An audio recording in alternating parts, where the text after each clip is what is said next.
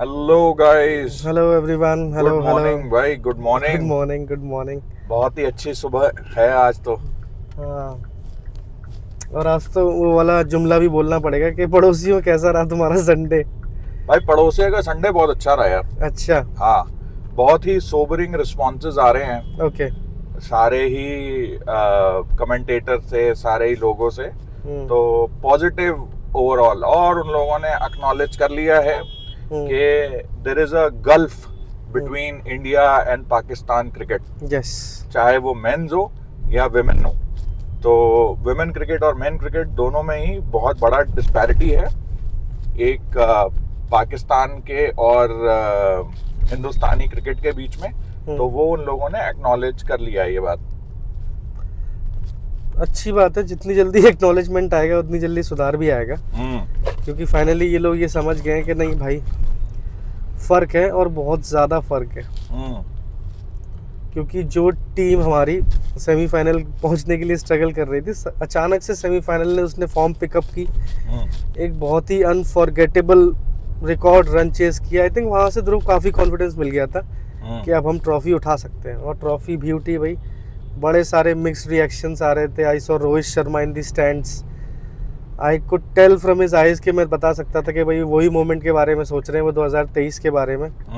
थोड़े से इमोशनल हो गए थे कि भाई ये जो पटाखे चल रहे थे हरमनप्रीत के लिए, वो अहमदाबाद में पूरी तैयारी थी रोहित शर्मा के लिए भी, बट एक मैच वो इंडिया को लग गया तो वो काफ़ी साल हर्ट करेगा भाई। बिल्कुल बिल्कुल।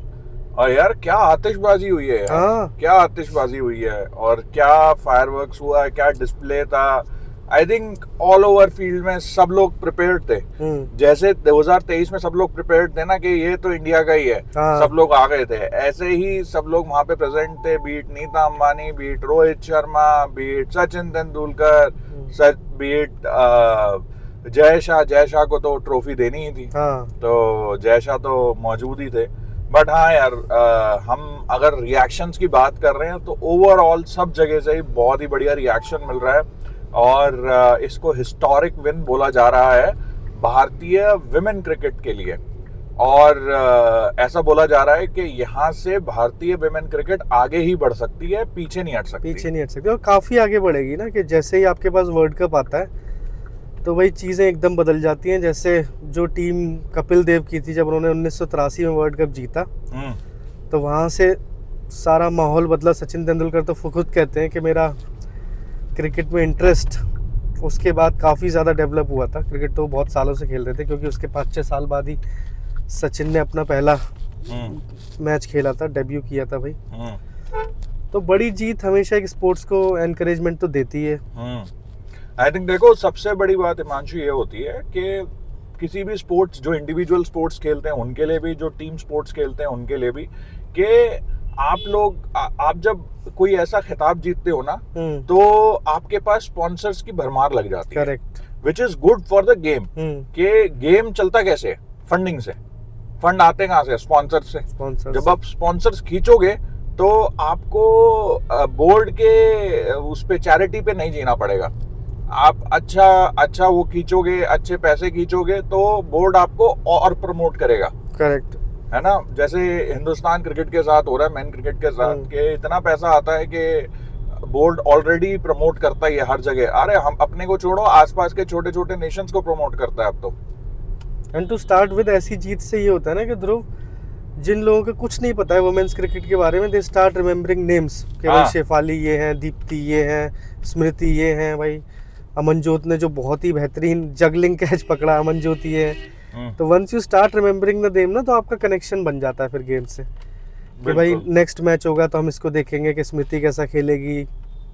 भाई मेरे को तो ये इसके शोएब अख्तर के वर्ड्स कल सुन रहा था, तो शोएब अख्तर ने कुछ ऐसा बोला है कि जो भी हमारे ओपनर्स बनते हैं पाकिस्तान में, उनको ये वर्ल्ड कप में स्मृति मंदना को फॉलो करना चाहिए, देखना चाहिए उनके सारे मैचेस, कि एक आध मैच छोड़ के स्मृति मंदना ने कैसे, चाहे इंडिया हारी हो चाहे जीती हो, मैच में कैसे परफॉर्म करा है और कैसे खेली है। कह रहे अगर स्मृति मंदना आउट हुई है तो बैड लक से, not because of bad play और बैड शॉट या बैड फॉर्म। तो स्मृति मंदना का जो प्ले था उसको बोला है कि भाई आप देखो और समझो कि ओपनर्स को कैसे खेलना चाहिए।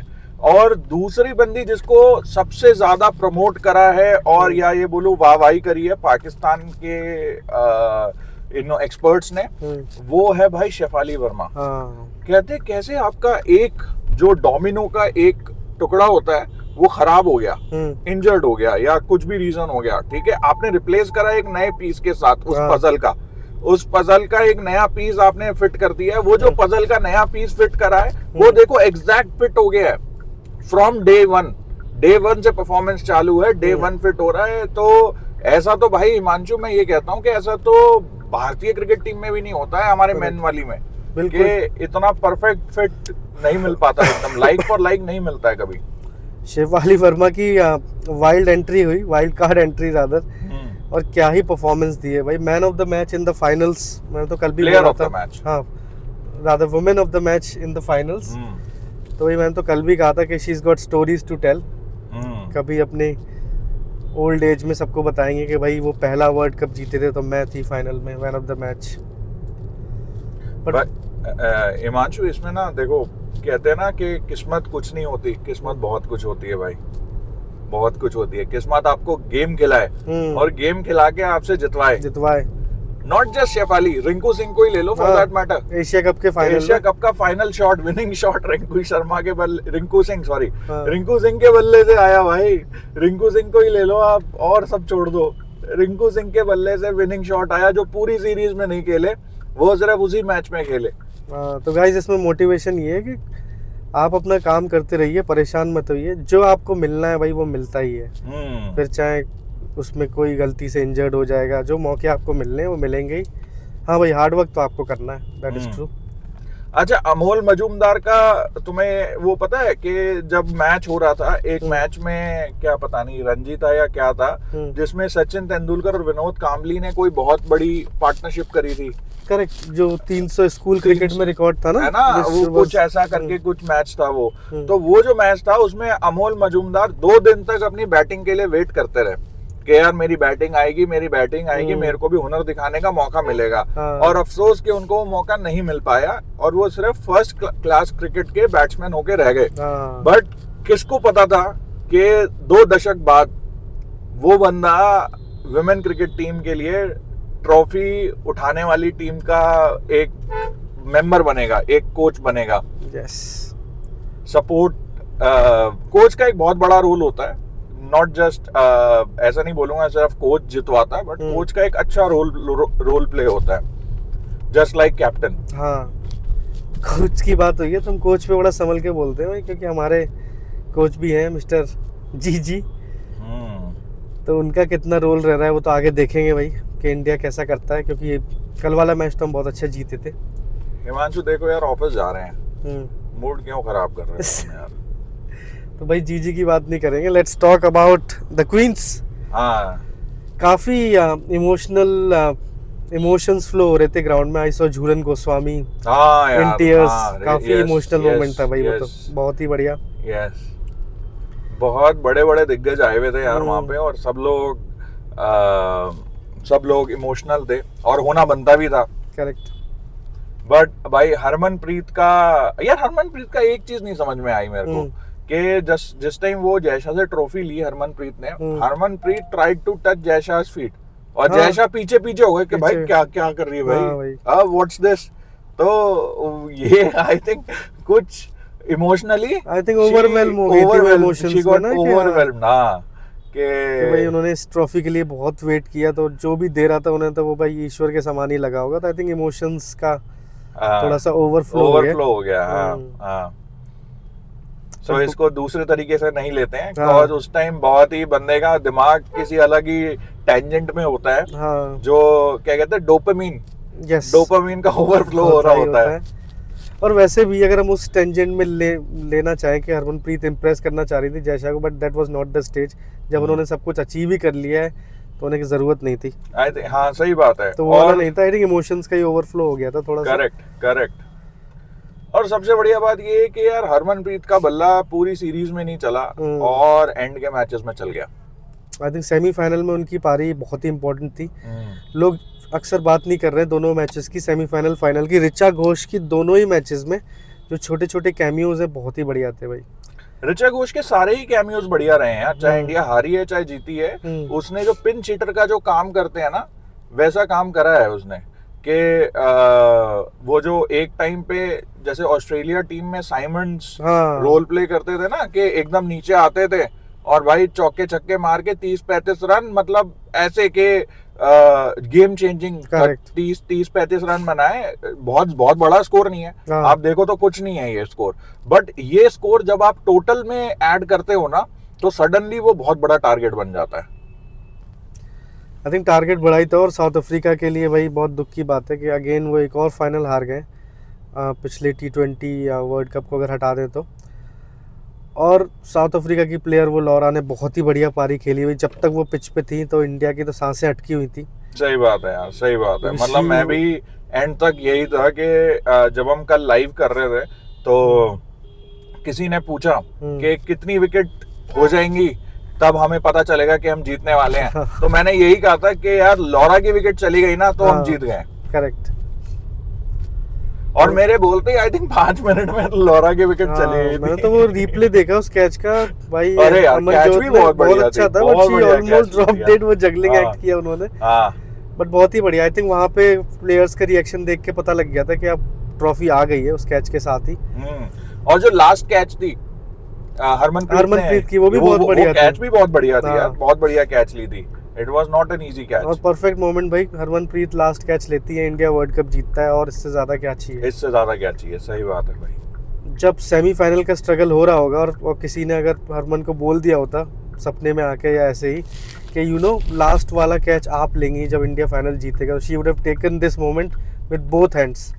तो भाई एकदम बहुत ही खूबसूरत स्क्रिप्ट राइटिंग की है ईश्वर ने, सही बात है। और किसी ने नहीं करी भाई ये अगर किसी को लग रहा है कि कई लोग होंगे भाई ये कॉन्स्पिरेसी थ्योरी वाले होते हैं, भाई इसमें कोई कॉन्स्पिरेसी थ्योरी नहीं है।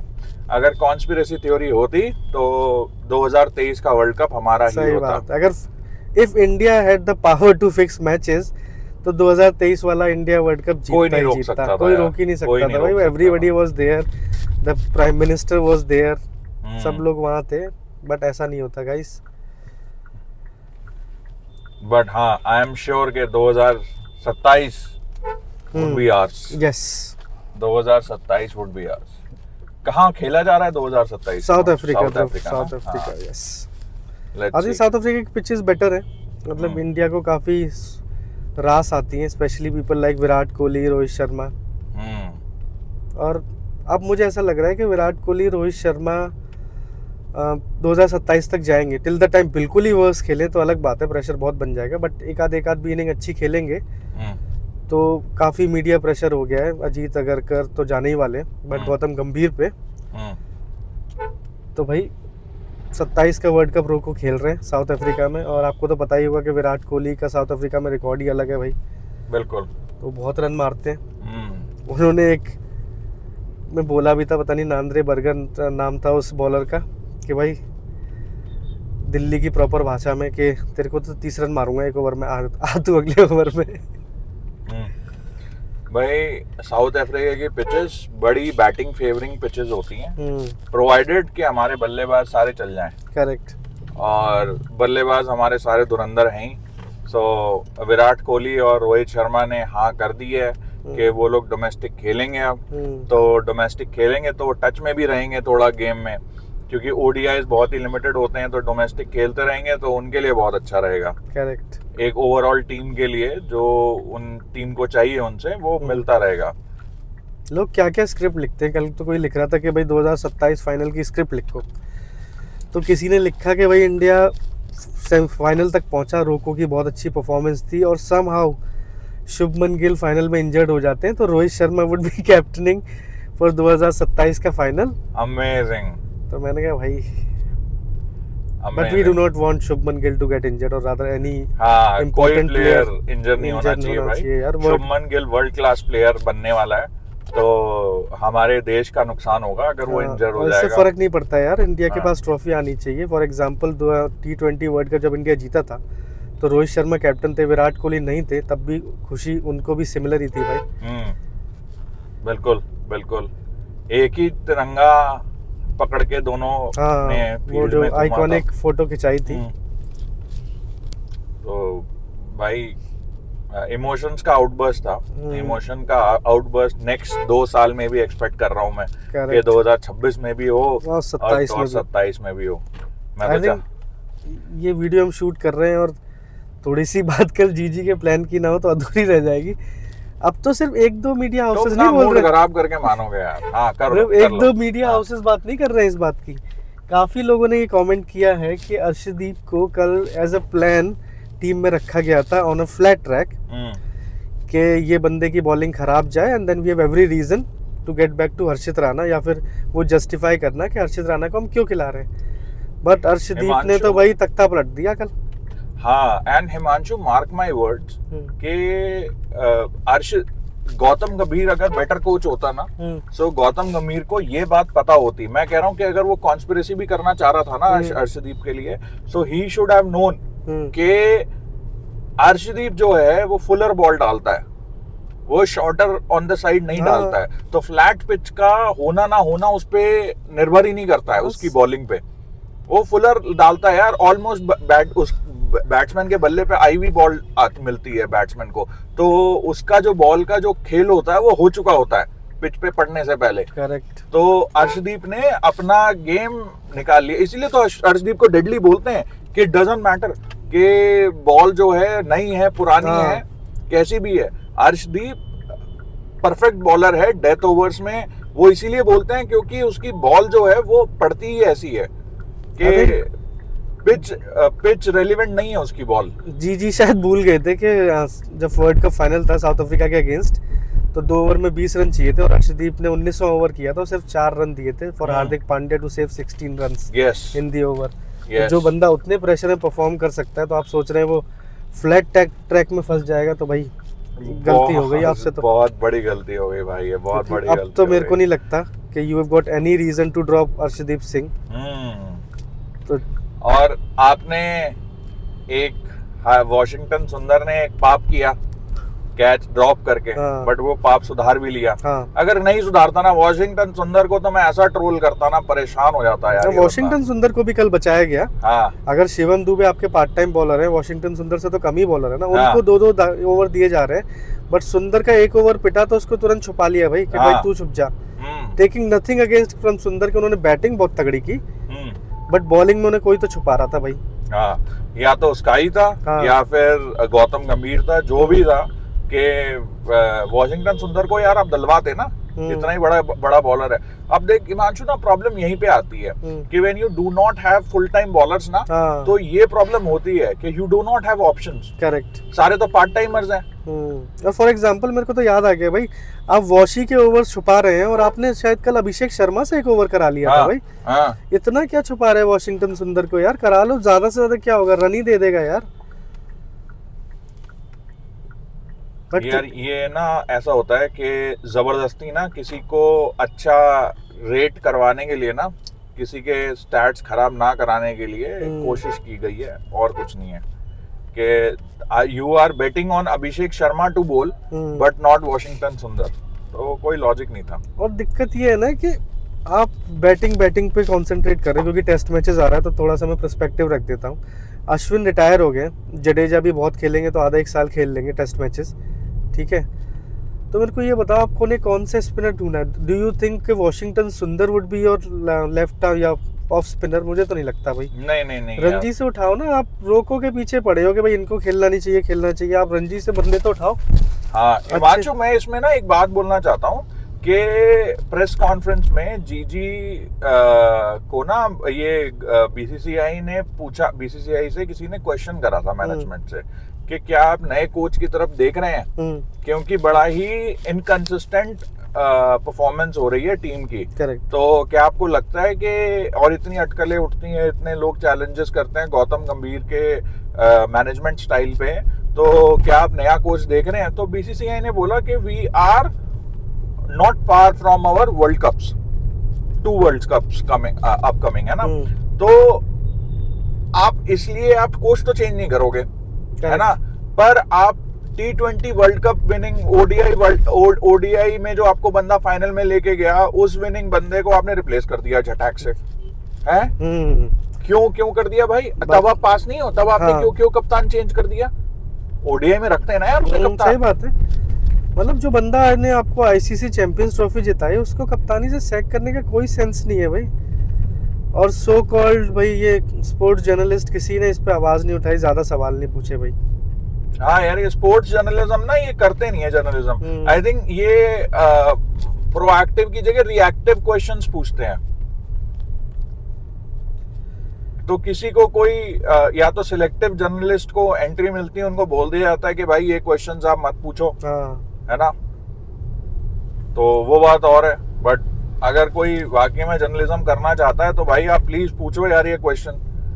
और मैं तो जानना चाहता हूँ कि कौन कौन जाते हैं बीसीसीआई के प्रेस कॉन्फ्रेंस में, ताकि मैं उन लोगों को बोलूं कि भाई रिक्वेस्ट करूं कि भाई प्लीज एक ये क्वेश्चन पूछ लेना यार, एक ये प्लीज प्रेस कॉन्फ्रेंस में पूछना कि इतने ज्यादा लोग क्वेश्चन कर रहे हैं। आप ही के पुराने players, legends, Srikanth like Gavaskar like others question कर रहे हैं गौतम गंभीर की अप्रोच को, तो उसको चेंज क्यों नहीं कर रहे हो आप? सही बात है। क्या प्रॉब्लम हो रही है? What is stopping you?